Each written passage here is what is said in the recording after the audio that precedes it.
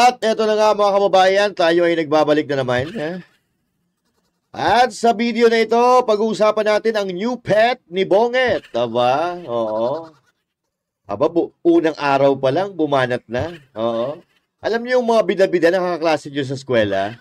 Parang ganito ang mga itsura. Unang araw pa lang, bumibida-bida na. Akala niyo siguro nagbablog siya. Oo. Pero, siguraduhin mo na hindi ka susuko Dahil yung mga dating nakaupo dyan sa pwesto mo na yan, nagsialisa na. Hindi na kinaya. Pero ito bilib ako, unang araw pa lang nagpapasiklap na. Binanatan si President Duterte at binanatan si Baste Duterte. Aba, para kang daga na pumasok sa palaruan ng mga pusa. Siguraduhin mo, nakakayanin mo, O, sige. Pag-uusapan natin yan, mga kababayan. Pero bago yan, ito muna. Banateros ay hindi magigiba. Banateros ay hindi nag-iisa. Banateros ay kami walang iba. Banateros hanggang sa huli naming hininga. Yan ang banateros, walang inuurungan. Pag tama palakpakan, pag mali ay babanatan. Yan ang banateros, boses ng ordinaryong Pilipino. Banateros ay walang makakaawan.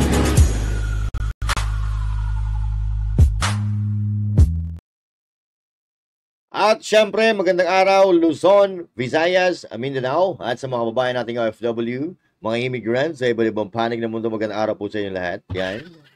At syempre, huwag kakalimutan mag-like, share, and subscribe sa ating channel. And maraming salamat sa ating mga bagong subscribers. Ang bilis, Sige, paabutin natin yan, 1 milyon. 1 milyong subscribers ba? So, ayun, mga kababayan, pag-uusapan na po natin ito. Itong matapang na babaita, undersecretary, dyan sa PCO. Ilang araw pa lang, kakailang palit na. Ano kaya nangyayari sa kanila? But anyway, mga kababayan, ito na nga. Kahapon lang, vlogger lang ito, pero ngayon nakaposisyon na. Ano kaya nakain? Ano kaya nangyari? Ano kaya ang dahilan? Di ba? So, babanat ka lang sa mga Duterte, sisikat ka na. Yan. Babanat ka lang sa mga Duterte, magkakaposisyon ka na. Sana si Banat Bay, Si Banat Bay, mas magaling pa yun dyan mag-vlog, attorney vlogger, may kilala din akong vlogger, lalaki. Ikaw yung female version nun. Yung attorney na vlogger na lalaki, ikaw naman yung female version niya. Kasi bida-bida ka rin ewan ko ba? Unang araw pala nagbibida-bida na. Uy, hindi vlogging yan Gobyerno yan. PCO yan Baka inaakala mo StreamYard lang yan Hindi vlog yan. Kasi yung mga sagutan mo parang nagbablog lang. Kung ako presidente, bukas wala ka na sa pwesto na yan. Kasi hindi yan dapat ang iyong ginagampanan, yung mga ganyan-ganyang mga salitaan. Dapat finish ka dyan dahil ikaw ay tagapagsalita ng bansang Pilipinas. Dahil ikaw ay nasa PCO, Presidential Communication. Yan ba yung inutos sa'yo ng iyong presidente? Yung iyong mga sinasabi? Aba, hindi yan mabuti.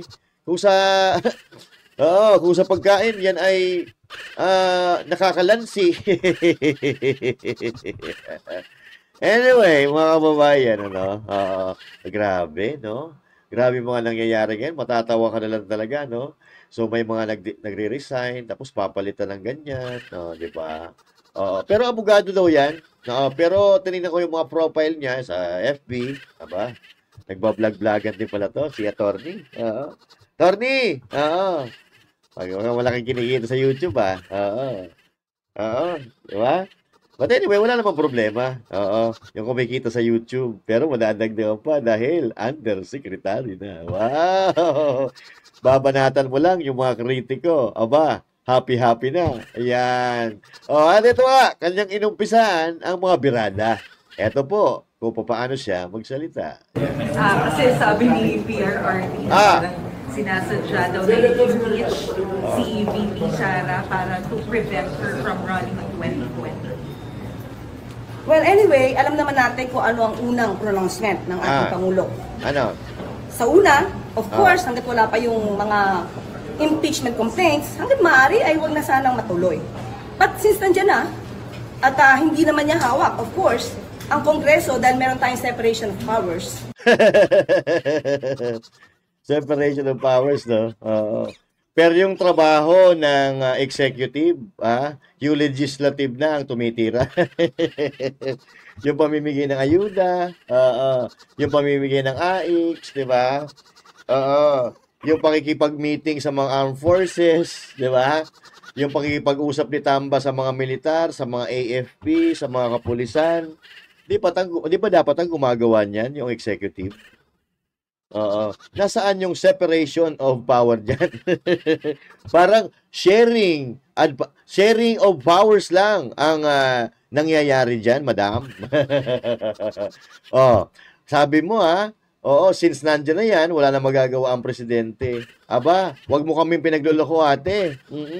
Dahil nun sa panahon ni Pangulong Duterte, gusto nilang sibakin si Leni. Gustong i-impeach si Leni. Pero napigilan ni Duterte dahil siya ang presidente. Ngayon, yung presidente mo ba talaga ay may magagawang mabuti sa Pilipini? Mukhang wala eh. Kasi parang walang lakas. Kahit anong gawin sa kamera, pag sinabi ng presidente na, hoy, tigil nyo yan. Titigil yung mga yan. Pero wala naman siyang sinabi ng ganun. Kunyari, hoy, itigil nyo yan. Itigil nyo yan, wala namang makikinabang dyan. Ganun ang pagkakasabi eh. Di ba? Natural. Walang makikinig doon kasi malamya eh. Alak ng toko, ini-etchos mo na naman kami huwag kang ganyan. Baka mapagtawanan ka. Sige. Hindi siya makikialam, hindi siya kikilos kung ito man ay matuloy o hindi matuloy. Kailan naman kumilos yan? Kailan naman kumilos yan? Sige nga. Mga problema nga ng bansa, hindi na-actionan. Ang tanong, kumikilos yan? Tuwang-tuwa pa nga siguro pag dinudurog si VP Sara Duterte habang nanonood yan. Baka naghahalakakan pa yan. Kasi bilang presidente, ikaw ang may lakas at may kapangyarihan.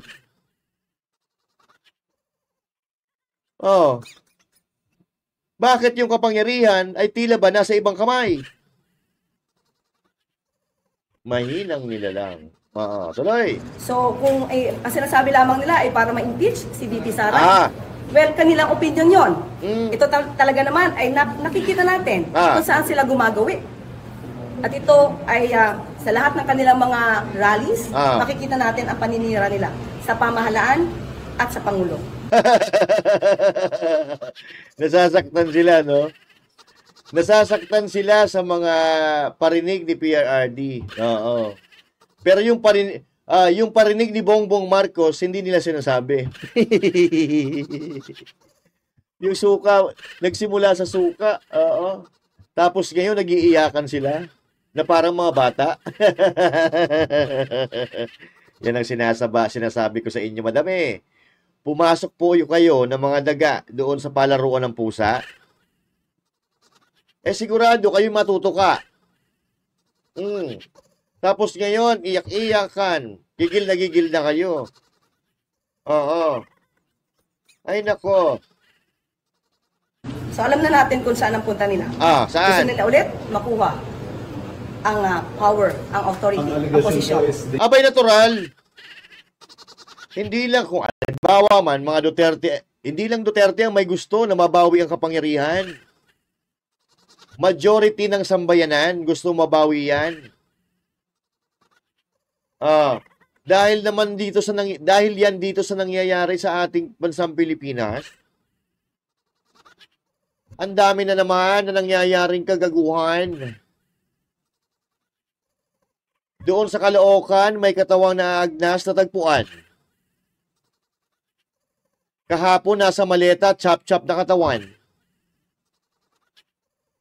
Tapos ngayon, gigil na gigil kayo kung yung posisyon na yan ay pinag-iinitan. Aba, mas mabuti yan para ibalik natin ang nakaraan. Yung nakakapaglakad kami na matiwasay sa daan, na walang iniisip na katatakutan. Dahil yung mga adik noon nagsitabaan, hindi nagising dahil wala nang mabilhan. Dahil inubos ng Administrasyong Duterte yung mga pagawaan. Pero ngayon, ano ang ating nababalitaan? Araw-araw, sangkaterba na kilo-kilo na naman. Papaano yung hindi nasasabat? Aba, yun ang kanilang pinagkakaguluhan. Kaya madam, bago ka magsalita, alamin mo muna ang tunay na nangyayari sa ating bayan. At sige nga, kung ikaw matapang, sabihan mo ang iyong presidente na pumunta na doon sa klinika. Magdala ng 10 pirasong buhok at ipakita. Ang tawag po doon, hair follicle test, mama. Sige nga. Ilang taon na yan na pinapanawagan. Matatapos na ang termino, wala pang aksyon na ginagawa yan. Ano na, madam? Patuloy na ba tayo maghihintayan? O kayo na magkukusa para sabihan yan? Para naman mawala ng agam-agam ng taong bayan na ang namumuno sa atin ay blank yan. Talay natin. They are veering towards dictatorship. Yes.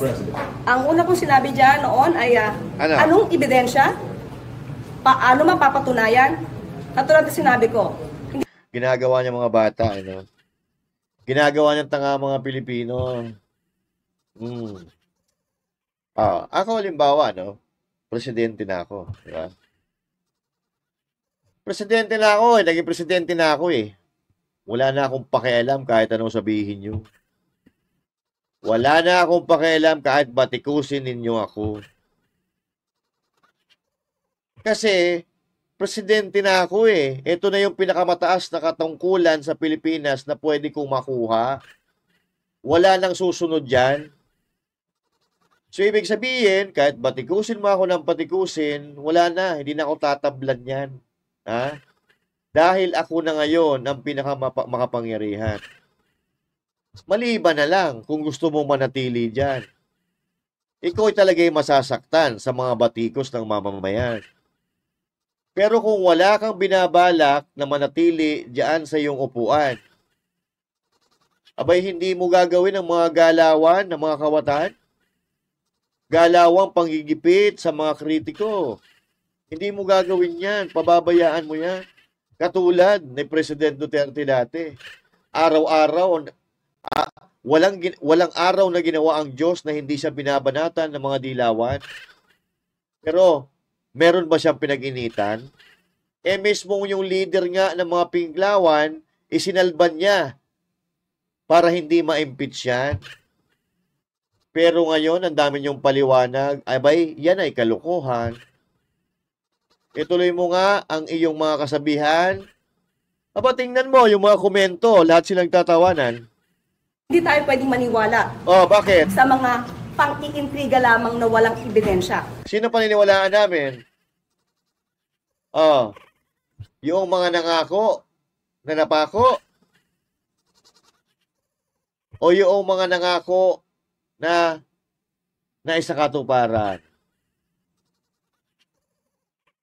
Aba, madam, unang araw mo pa lang, sumasablay na agad, Baka bukas, wala ka na. Baka bukas, mapalitan ka na naman dyan. PCO yan. Sa ngayon ng gobyerno yan, di ba? Pero parang hindi pang gobyerno ang iyong galawan. Ito ba, mga ginagalaw mo ngayon ay batay sa kautusan?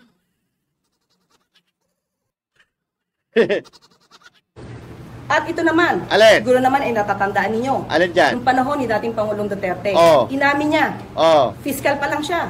Oh. Expert na siya Saan? sa pag-intriga tapos? at pagplanta ng ebidensya. Yan. Siguro naman napatunayan na natin yan sa panahon ni Senator Leila de Lima. Ay, wow, kakampi na nila. Sabi ko sa inyo eh. Magkakakampi na talaga sila eh, no? Oo. Oo, kakampi na nila si Leila de Lima. Oo. Alam nyo, madam, wala kaming pakialam. Kahit sinabi ni PRRD yan, ang importante, yung marami siyang nagawa na napakinabangan ng taong bayan. Diba? Oh. At kung meron man siyang kasalanan, pag-usapan yan, ihabla, kasuhan si PRRD. Pero yung mga salitaan na ganyan, ang hirap na pong paniwalaan. Dahil mula 2022 election, yan na po ang mga ganyan ang aming napapakinggan. Pero wala naman natupad dyan. Wala naman na isa katuparan sa mga pangako niyan. Meron na ba? Pabulong naman. Baka kami lang hindi nakakakita niyan. Malay nyo. Tinago pala nila yung sikreto nila, mga proyekto at kanilang mga nagawa sa bayan. Tinago nila, secret pala. Oo. Sabihin nyo naman sa amin. So ano pa ba Alin? ang ating i-expect sa dating Pangulong Duterte? Gumawa ng intriga, magplanta ng ebidensya. Gumawa ng intriga. Intriga pala eh. Diba? Intriga. Bakit di magpa-hair follicle to eh? Intriga pala eh. Tapos yung resulta, isampal nyo kay PRRD yung resulta. Ganun lang naman kasimple yun. Diba? Tapos sasabihin kayo, intriga. Intriga pala eh. Sige, pa-hair follicle test nga. Wala pala to eh. Okay? Ito pa, mga kababayan, yan ang problema eh. Yan ang problema. Yan ang problema sa mga tao na mas marami pang salita kaysa sa gawa. Pinagtatawanan po yan ng madla. Tingnan nyo sana ba yun? Ito, PTV po ito PTV. Kasi sabi ni PRR. Ayan, PTV po yan, mga kababayan. Lungga po ng mga dagayan. Lungga po nila yan. Pero tingnan nyo naman ang reaction dyan. 7,500 nagtatawanan. Samantalang 1,500 lang ang nagkakagusto sa mga sinasabi niya. Ano ibig sabihin yan? Hindi na naman kayo pinapaniwalaan. Lahat na naman sila naghahalakhakan. Anak na to ko, yung iba dito, kilala ko pa Kilala ko pa yung iba dito, pinagtatawanan kayo. Nakakahiya yan. Gigil na gigil Oo. Eto, pakinggan pa natin yung isa pa niyang mga mga sinasabi. Ito, SMNA naman tayo. Sana yan? Okay. Ito pakinggan po natin ito SMNA. Yeah. Wait lang. Relax. Relax ka lang. Relax. So ang ibig bang sabihin nun, napaka-inefficient ng anak niya? Wow. Sa Mandaue rin po, sinabi po ni former President Duterte na bumalik na po yung droga sa Davao, Cebu, and Manila. Marami na ring mga tambay ang na-hold up at mga nasasaksak. Sige, dali. Reaction po dito. Davao, including Davao City? Okay. Kung Davao City pinag-uusapan natin, sino ba ang mayor ng Davao City? Hindi ba yung anak niya? Si Mayor. Ang sinabi, Manila, Davao, Cebu. Siningil out lang niya yung Davao. Bakit yung Maynila yung pag-usapan? Dahil wala kang may sasagot dyan. Bakit yung Cebu ay yung pag-usapan? Dahil baka mabalikan ng mga matataas ang katungkulan sa probinsya na yan. Di ba? Pero sige, Sakyan natin ang laro ni Madam. Mayor Baste Duterte. Ah, So, ang ibig bang sabihin nun, napaka-inefficient ng anak niya? di ba? Inefficient ang anak ni PRRD. Wow. Lupit ha. Inefficient si Mayor Baste Duterte. Pero natatandaan niyo po ba mga kababayan nung nagpatupad ng war on drugs si Mayor Baste Duterte? Putang na, nagalit yung Malacanang. Ayaw nila ng ganun. At yung mga pulis na matitino, pinagpapalitan. Oo. Tapos sisisihin nyo si Mayor Baste na kayo ang gumawa ng kalokohan dyan sa Davao. Pinagtatanggal nyo yung matitinong kapulisan, pinalitan nyo nang hindi ko alam kung anong mga pulis yan. Oo. Tapos sasabihin nyo inefficient. Iniskandal nyo pa si Mayor Baste Duterte dahil nagpatupad siya ng war on drugs. Tapos ngayon, na nagrereklamo ang Davao dahil marami ang droga, isisisi nyo sa mayor dyan. Kayo ang may ginawang kalokohan, tinanggal nyo yung mga matitinong kapulisan.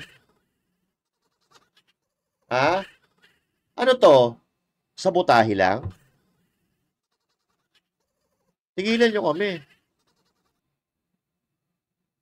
We weren't born yesterday. English yun Kaya na pa-English tuloy ako Kaya ng oras na. Kaya na, 2:30 na madaling araw na, may English pa. Baka hindi kayanan ng utak natin yan. Kaya Tagalog na lang. No, tuloy mo. No. Again, ulitin natin. Nasaan? Saan? Ang data patungkol rito. At tandaan natin, nung panahon niya, at least ngayon may record kung may namamatay. Nung panahon niya, merong bang nare-record? Meron. Ang ina to ang bobo. Yun nga pinag-uusapan dun sa Kongreso Ano sabi nila? 3,000? 3,000 daw, di ba? May record. 3,000, 30,000? May record. Mahina. Mahina din ito. Oo. Hindi niya alam. Pinag-uusapan nga yan, may figure, di ba? Doon sa Kongreso. Nung pinaimbita si Pangulong Rodrigo. Pero ano nangyari? Lusot si Rodrigo. Pinaglaruan lang niya yung mga kawawang damuho doon. Tapos ngayon, gaganyan-ganyan ka. Aba, madam, maghunos dili ka. Doon sa mga biglang nawawalang mga tao. Bakit? Tanong lang natin yun. So, dapat yun siguro, alamin din niya. Pero as of now, sabi nga natin, ano? Anak niya ang namumuno sa Davao City. Bakit ganun ang kanyang lungsod? So, ibig sabihin... Bakit ganun daw ang kanyang lungsod no? Ulitin ko. Masarap ba? Alin? Masarap ba? Anak ng toko, ano yun? may mura. Tagalin natin yun. Ulitin ko Pinagtatanggal nyo yung mga pulis ni Mayor Baste, di ba? Kinasuhan nyo pa nga yung mga nanguhuli ng droga di ba? Yung mga pulis na masigasig manghuli ng droga, tinanggal nyo. Pero pinalitan nyo ng amo nyo. So now, ngayon, bakit hindi nyo isisi dyan sa amo nyo? Di ba? Bakit isisisi nyo sa iba yung kagagawan nyo? Ay ng amo ninyo. Matahimik ang Davao Pero yung mga general, yung mga hepe dyan, pinagpapalitan. Natural, yung mga bagong ilalagay dyan, hindi kabisado ang galawan. Kaya ayan, ang droga naglipa na dyan. Kung hindi sana pinalitan yung mga pulis dyan, alam nila kung saan susungkitin ang mga kawatan. Pero napapahiya ang gobyerno nyo Kasi kung sa Davao napipigilan, bakit sa Kalakhang, Maynila, hindi? Kaya galit na galit kasi nasasapawan. Aba yung mga taong ganyan, ang hirap niyang pakisamahan. Baka bukas, pagkatapos mo mapakinabangan, aba, gagawin ka na lang niyang basahan. Oh, di ba? So, bakit sila galit na galit doon sa war on drugs ni Mayor Basti Duterte? Pero, dahil hindi po nila kaya ipatupad yun eh. So, pinatigil nila yung war on drugs doon kasi napapahiya sila. Nauungusan sila. Eh, alam mo pa naman yan, ayaw nila nauungusan. Kaya nga, yung mga kritiko nila, pinag-iinitan. Ang gusto nila, lagi lang sila nasa taas. Ano yan, manananggal? Anyway, mga kababayan, wala nang kwenta itong ating pinag-uusapan. Yung mga sinasabi nito, walang laman. Hindi kaya pwede ba mag-vlog na lang yan? But anyway, mga kababayan, inefficient daw si Mayor Basti Duterte. Tingnan natin. Nasaan na si Rudy Duterte? Oo. Ano ang sabi ni Rudy? Yan, clearly, na ang Davao City, Business Bureau, Rudy Duterte. Congratulations, City Government of Davao and Mayor Sebastian Z. Duterte. Yan. Ano sabi? City collects more than 13 billion revenue in 2024. Oh my God, I hate drugs talaga. Davao, yung Davao may dilihensya. Yung Davao may ganansya. Pero yung Pilipinas, luging-lugi na. Sila lang kasi gumagasta. Yung pera ng taong bayan, paubos na. 65% na daw na naibubulsay, nare-release nila. Samantalang sa Davao, walang utang. Pero may tubo pa. Ayan, 30 billion. Kitang-kita nyo naman, di ba? Kaya nga, ayan no, kung makikita nyo dyan, sa mga reactions, love na love talaga sila. Pero pag pumunta ka dito sa reaksyon ng kanilang mga sinasabi at kanilang mga pautot. So, ang ibig ba sabihin nun, Ayan mga kababayan, namumukadkad ng tawa. Piruin mo, mga kababayan, na 11,000 ang tumawa sa kanila at 470 lang ang nag-approve sa kalokohan nila. So dito natin malalaman, mga kababayan, na wala nang naniniwala po sa kanila. Paulit-ulit yan, mga kababayan, na ating pinapakita. Kasi nga, gigil na sila. Nakitang-kita na ang pamumulitika nila. Labas na po kung ano ang mga hangarin nila. Alam niyo kung bakit? Inefficient ng anak niya? Ay, grabe naman yan. Inefficient yung anak niya. Para politika, ha? Alam niyo kung bakit galit na galit sila? Silos na sila, mga kababayan. Silos na sila. Dahil talagang sila naman ay talagang inilalampaso kahit saan laban. Duterte lang sa kalam. Eto, ating pakinggan. Thank you. Oh. Thank you very much for that endorsement. Banatan mo, Mayor. Some people will say, is that an easy thing? Of course. Because now, tomorrow's election is actually between Marcos and Duterte. Yan. Now, if Marcos knows friendship, added, but if Marcos will break bridges, then whoever will be popular will always be something of an advantage. Yan. Sino And ba right pula? now, nobody can argue perhaps that Marcos between Duterte is still popular. Kaya naman pala gigil ang mga daga. Dahil ang popular pa rin yung pusa. Narinig niyo yun? Wala na tayong dapat pag-usapan pa, sabi ni Mayor Rama. Marcos between Duterte still popular. Ay po, sanggala. Kitang-kita naman natin yan doon sa mga pinakita natin ng mga nakaraang video natin, di ba? Oh, kaya nga gigil na gigil sila eh. Hindi na nila alam kung paano nila sasaluhin ang mga bumabato sa kanila. Dahil kada salita nila, inuulan sila ng tawa. Pasyalan nga natin, mga kababayan, yung account ng presidente nila. Parang di ko na nakikita. Wait lang. Bongbong Marcos ba yun? Bongbong Marcos. Okay. Ano ba yun? Ay, ito. Bongbong Marcos. Pasyalan nga natin. 7.4 million Ang dami siya ng follower. Pero, pusang ina. Bagong-bago pa lang ilang upload? 2 hours ago. 2 hours ago. Tingnan natin. Walang hiya.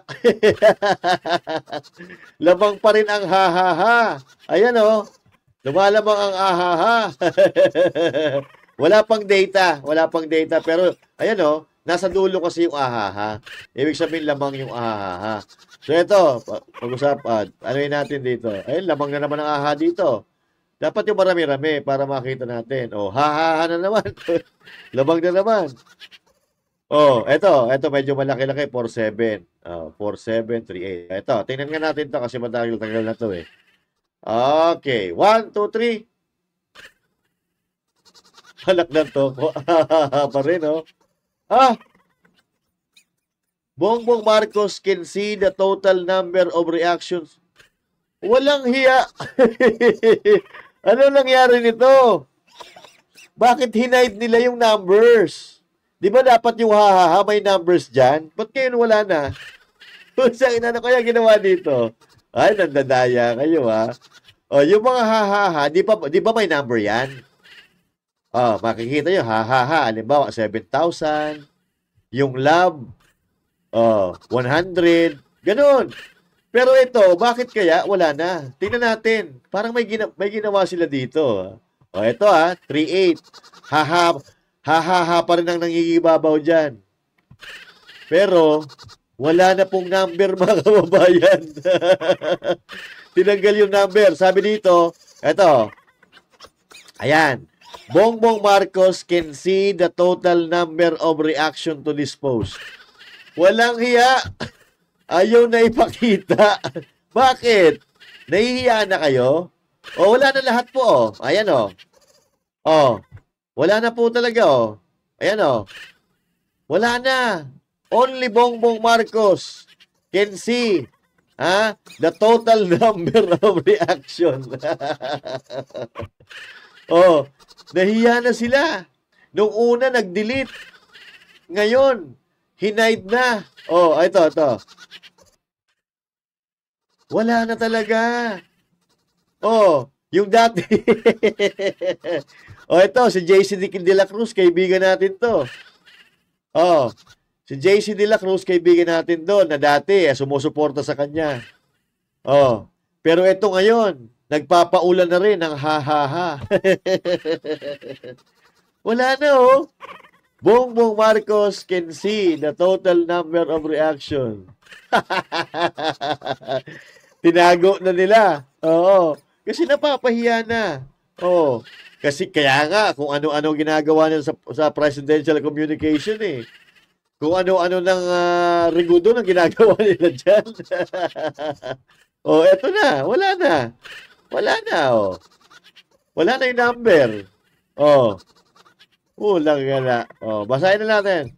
Tama ka, Bongbong. Wala kang kwenta. Diba? Ang lupit Yan mga kababayan. Kaya po gigil na gigil sila. Yung bago pong nagsalita kanina, undersecretary po ng PCO yun. So, yun po ay mga kinalaman sa kanilang mga social media, engagement ni Bongbong Marcos Jr. sa social media at sa media. Kaya gigil na gigil sila. Bakit? Ayun Itinago na nga yung mga tawa Kaya gigil na gigil sila. Dahil alam niyo kung bakit? Yung Duterte, paglapag pa lang sa airport, ang dami nagpapapicture, eh. Oh, yung amo nila, ang dami-dami tao, pero wala man lang sumisigaw sa kanya. Eh, paano? Yung mga tao, ang sadya lang, yung ayuda. Oh, kaya nga, pinapadlock yung gate, eh. Yung entrance, saka exit, eh. Kasi pag nakuha yung ayuda, uwian na. Pero yung sa Cebu, di ba? Oh, tapos na magsalita si Duterte, ha? Pero yung mga tao nandun pa.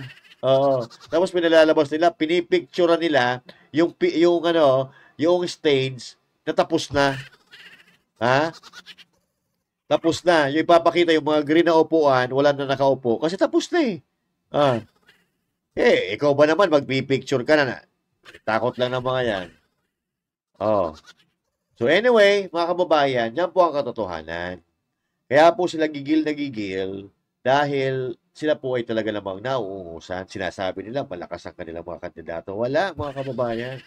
Oh, pumunta kayo sa kalsada. Yun ang tunay na, yun ang legit na survey.